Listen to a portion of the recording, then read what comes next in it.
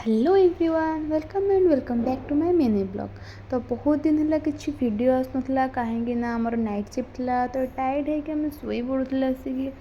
Finally आज video आसी night shift सारी रूम को आसी टिके लेट जाए शोई देन देखला बेलू को चारिआडे आज वर्षा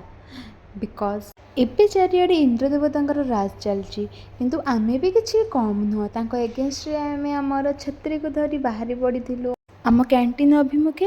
तो सेठी जाई पहुँची आम लंच करूँ। तो लंच आसाला आमर भात मिक्स तरकारी आंब खटा सहित डाली सेठू खाईदे आम बाहरी पड़ू आम रूम को दिन तापर एचआर मैडम डाक तो मीट करने आम ऑफिस जाइलु सेठू फेरी आमर होता वार्तालाप वीडियो कॉल आम बड़ परिवार सह जो मैंने कि आम आम डांस छाड़ी आसीचु एरी आउ से आमको बहुत मिस करुँच तो आम वीडियो कॉल कथा ही जाइलु तापर डायरेक्ट आमर